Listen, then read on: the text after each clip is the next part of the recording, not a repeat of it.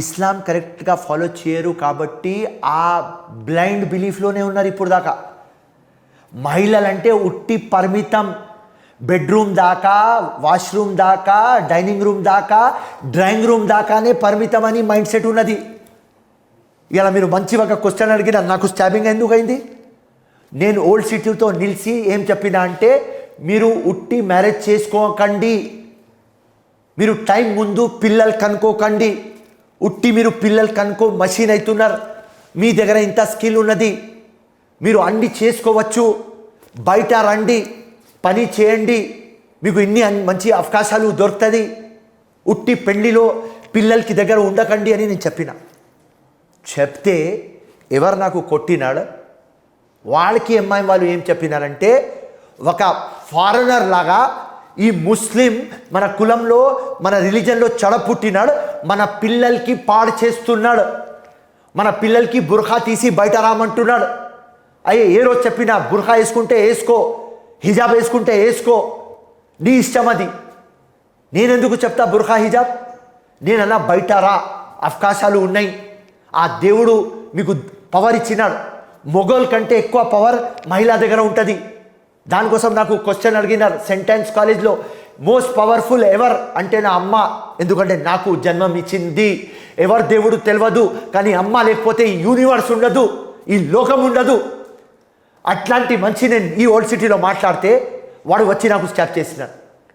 Police స్టేషన్లో పోయి అడిగిన, ఎందుకు స్టాప్ చేసినావా? ఒక 20 days తర్వాత వాడు ఏం చెప్పినాడు? మీరు మొత్తం ముస్లిం కమ్యూనిటీకి పాడు చేస్తున్నారు, మీరు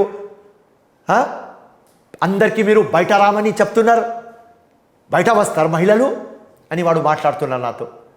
సో ఇదే దానికోసం నేను చెప్పిన, సోషలీ, ఎడ్యుకేషనలీ, ఎకనామికలీ వీళ్ళు బ్యాక్వర్డ్ ఉన్నారు. కల్చరల్లీ కరెక్ట్గా ఖురాన్ ఎక్స్ప్లెయిన్ చేస్తే ఈ కొట్లాట ఉండదు. ఇండియా యూనిటీ గట్టిగా ఉంటుంది, ఎందుకంటే ఇస్లాం ప్రాఫిట్ మొహమ్మద్ నో అంటది. ప్రాఫిట్ మొహమ్మద్ స్టోరీలో మీరు లోపల పోండి, ఎక్కడ పోతే సమించేయాలి, న్యాయం చేసినాడు, సాక్రిఫైస్ చేసినాడు. అవతల కులం వాడు ఉంటే కూడా వాడికి హెల్ప్ చేయని చెప్పినాడు.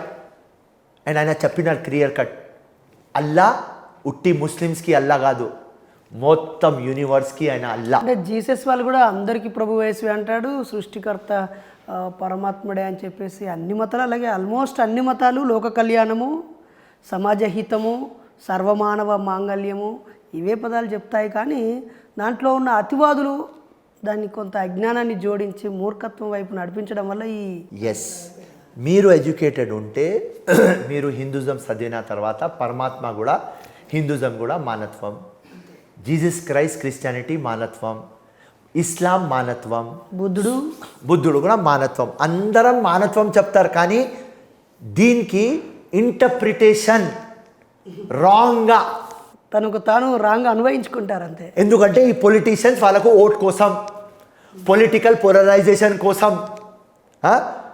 హిందూ ఎవరు ముస్లిం ఏమర్రా ఇట్లా కట్ చేయి అదే రక్తం కదా, సో రక్తం తీసుకోవద్దు, నువ్వు మళ్ళీ బ్లడ్ డొనేషన్లు తీసుకోవద్దు, అక్కడ తేడా ఉండాలి, ముస్లిం బ్లడ్ ఇక హిందూ బ్లడ్ తీసుకోవద్దు. సో ఇట్లాంటి బ్లైండ్ బిలీఫ్ నుంచి బయట రావాలి. ఏ బ్లైండ్ బిలీఫ్స్ ఉన్నాయి ఇస్లాం కమ్యూనిటీలో? కొన్ని బ్లైండ్ బిలీఫ్ ఏమున్నది అంటే, number 1 blind belief Islam is superior, అక్కడనే బ్లైండ్ బిలీఫ్. అది blind belief 100%. Wow, super. Okay, వేరే రిలీజన్ తక్కువ, నాకంటే అది తక్కువ అనే భావన. Islam most superior. వేరే religion Osmania hospital, Gandhi hospital, Islam Apollo hospital. Okay, అది పోవాలి, అదే మెయిన్. ఓకే, అది పోతే అన్ని పోతుంది. సింపుల్. ఖురాన్, ప్రాఫిట్ మొహమ్మద్, మానత్వం, బ్రదర్హుడ్, ప్రేమ, సాక్రిఫైస్ అండ్ ఫర్గివ్, ఈ 5 points ప్రాఫిట్ మొహమ్మద్ చెప్పినాడు. ఖురాన్లో రాసి ఉన్నది. ఈ మాటలు నేర్పియాలి మన పిల్లలకి. ప్రేమ చేయాలి, హిందూ ముస్లిం క్రిస్టియన్ చూడవద్దు, ప్రేమ చేయాలి. వాడు నీ బ్రదర్, నీ రక్తంతో పుట్టలేదు. అలా ఏమైనా ప్రేమ పెళ్లిళ్ళు చేశారా మీరు? చాలా మందికి చేసిన. అంటే చాలా మంది హిందూ అమ్మాయిల్ని ముస్లింలు చేసుకున్నప్పుడు, లేదా అబ్బాయి ముస్లిం అయినా లవ్ జిహాద్ పేరుతో నో లవ్ జిహాద్ ఫర్ ఎగ్జాంపుల్ అలా ఉంటున్నారు అన్నప్పుడు వీటికి భిన్నంగా మతాలకు భిన్నంగా మీరు పెళ్లిళ్ళు చేసిన లేలే.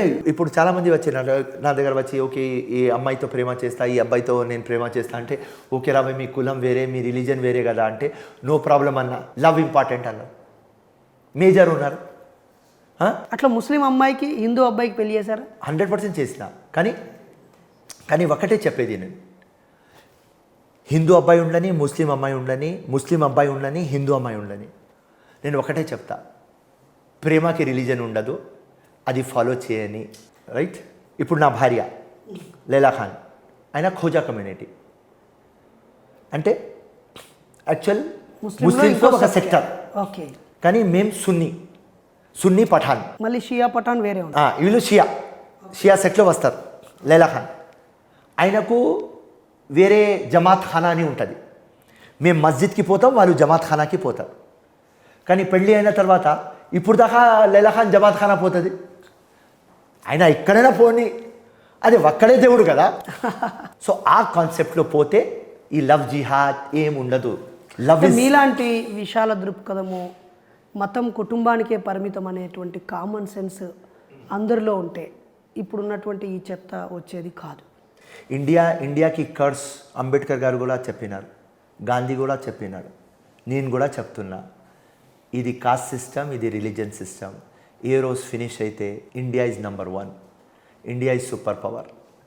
ఇండియా సూపర్ పవర్ ఎందుకు అవుతలేదు అంటే ఈ డివైడ్ కోసమే. ఇవన్నీ పొలిటికల్ పార్టీ వాళ్ళ సొంత లాభం కోసం డివైడ్ అండ్ రూల్ చేస్తున్నారు కాబట్టి, యునైట్ అండ్ లీడ్ చేస్తలేరు కాబట్టి, ఆల్ ఆర్ వన్ అని ఆ ప్రొజెక్షన్ వస్తలేదు కాబట్టి, కాన్స్టిట్యూషన్కి మనం ఫాలో చేస్తలేం కాబట్టి, కొన్ని రిలీజియస్ బిలీఫ్స్లో అట్కాయించినాం కాబట్టి మనం సూపర్ పవర్ అవుతలేము. లేకుంటే రష్యా, చైనా, అమెరికా మన కాళ్ళ దగ్గర పడి ఉంటుంది తమ్ముడు. Excellent. Thank you so much Firoz Khan భాయ్. చూసారు కదా ఆడియన్స్, మరి ఫైర్ బ్రాండ్గా ఉండి, వారియర్గా ఉండి, తుపాకీ తూటాలను కూడా చూసి ఒళ్ళంతా గాయాలతో 100 కుట్లను భరించిన ఒక గర్జించిన సింహంలా, అప్పుడే ఈనిన పులిలా గర్జిస్తూ పార్టీలు కాదు నా ఓల్డ్ సిటీ ప్రజలు ముఖ్యమని చెప్పి ముందుకు సాగుతున్నటువంటి ఒక లెజెండరీ హీరో. హోల్ సిటీలో ముస్లింల్లోనూ సంస్కరణ కోరుతూ, రాజకీయాల్లోనూ పరివర్తన కోరుతూ, పార్టీ ఏదైనా ప్రజల పక్షాన నిలబడాలని, తప్పైనా ఒప్పైనా ప్రజలకు అందుబాటులో ఉండాలని, నిజమైన దేవాలయాలు పార్లమెంట్, అసెంబ్లీ అని అందులో అడుగు పెట్టాలని, పెట్టినప్పటి నుండి చచ్చిపోయేదాకా అందులోనే ఉండాలని ఒక బలమైన డిజైర్తో ఒక 30 ఏళ్ల వయసులో రాజకీయ కలలు కని తనను తాను నిరూపించుకొని 50 ఏళ్ల వయసులో ఒక యువకుడిగా 20 సంవత్సరాల పాటు 4 ఎన్నికలను ఎదుర్కొని మరో ఎన్నికలకు బాజాప్తుగా ఎలా వెళ్ళాలో బాట వేసుకున్నటువంటి ఈ బాటసారి విజయం సాధించాలని, ఆ క్రమంలో తనలో ఉన్న పొరపాట్లను సరిచేసుకొని రాజ్యాంగానికి విరుద్ధంగా తాను చేసే చిన్న చిన్న విషయాల్ని సరిదిద్దుకొని నిజమైన ప్రజాస్వామ్య ప్రతినిధిగా తాను ఉండాలని సిగ్నేచర్ స్టూడియో ద్వారా ఆకాంక్షిస్తూ ఆల్ ది బెస్ట్ తెలియజేస్తూ థ్యాంక్ యూ సో మచ్. మీరు చక్కటి భావాలని వ్యక్తీకరించినందుకు మీకు ధన్యవాదాలు. మీరు ఒక్కసారి చివరిగా మీ నియోజకవర్గ ప్రజలకి, అలాగే రేపు రాబోయే ఎన్నికలకు సంబంధించి సమాజానికి ఏదైనా సందేశం ఇచ్చి ముగించాల్సిందిగా కోరుతున్నాను. అందరికీ మళ్ళీ ఒకసారి నమస్కారం. తెలంగాణ మొత్తం కాంగ్రెస్కి మీరు ఓటేయాలి.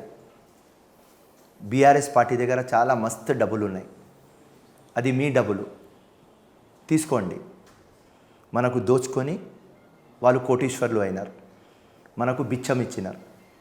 తీసుకోండి, కాంగ్రెస్కి ఓటు వేయండి. నాంపల్లి ప్రజలు ఎప్పుడు రాత్రి పగలు నేను మీతో ఉన్నా, మీరు కూడా మాతోనే ఉన్నారు. మీ ఆశీర్వాదం నాకు కావాలి. అండ్ ఎవరెవరు నాంపల్లి వాళ్ళు నాకు వింటున్నారు, ఎడ్యుకేటెడ్ కానీ, మిడిల్ క్లాస్ కానీ, రిచ్ కానీ, మీరందరూ ఓట్లకు రావాలి. ఒక నాంపల్లిలో చేంజ్ రావాలి అంటే, ఒక మార్పు రావాలి అంటే నా కోషిష్ మీరు చూడండి.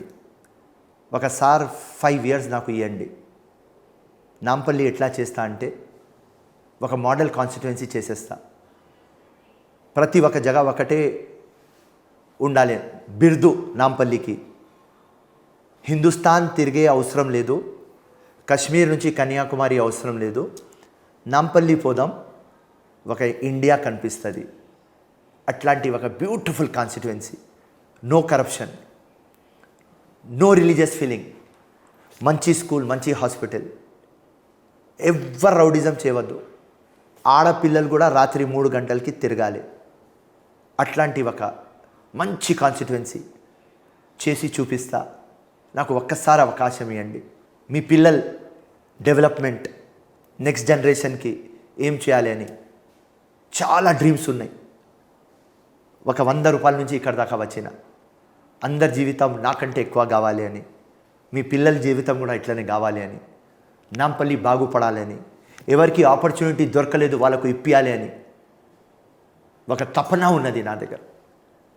హిస్టరీలో నేను రావాలి అని, ఆర్డినరీ ఫెల్లోలాగా సావవద్దు అని, మొత్తం జీవితం మీకోసం అంకితం చేసిన మీ ఆశీర్వాదం కావాలి. అండ్ మీరు తప్పకుండా ఇస్తారు. దానికోసం ఎవ్రీ టైం నాకు 50,000 ఓట్లు వస్తాయి.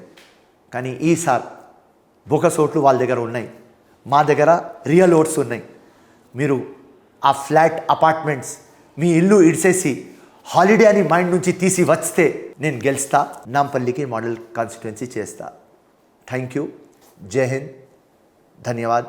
శుక్రియా.